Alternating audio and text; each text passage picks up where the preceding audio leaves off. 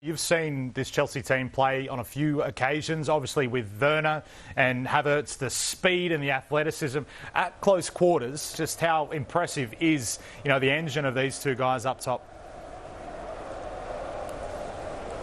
Pretty impressive, Rich. It was enough to win them a Champions League trophy.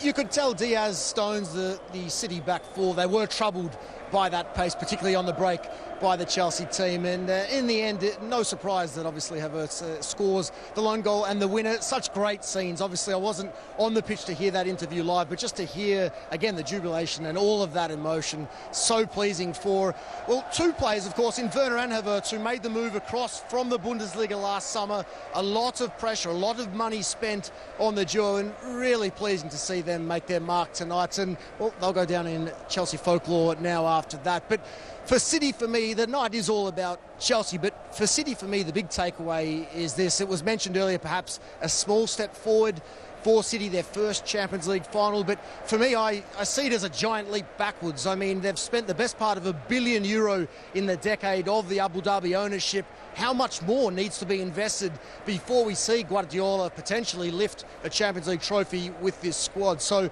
questions will be asked, there will be changes made. Aguero, a club legend, does depart, but in the end, a night for Chelsea fans to remember forever.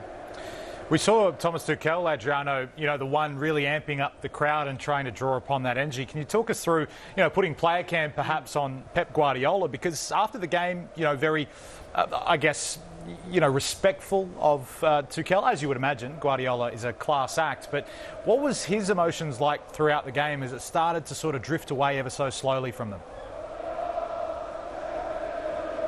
Well, it was unlike Guardiola. Normally it's he who is the animated one. But Tuchel, also in the first half, every opportunity he got, he was moving over towards the Chelsea fans, which were on the Chelsea side, and continually encouraging them to support. They really were the 12th man for Tuchel and Chelsea tonight. And again, great to see they played their part. Chelsea fans certainly, not only here in the stadium, but also around the streets, were the more vocal. And again, great reward. But for Guardiola, no, there wasn't the same energy, particularly in that final half hour, and particularly after De Bruyne was withdrawn through injury. It was a very lacklustre City display, to be fair. So he'll be scratching his head once again. He's come so close again, but now he needs to start all over again, heading into what will be a very interesting 21-22 campaign.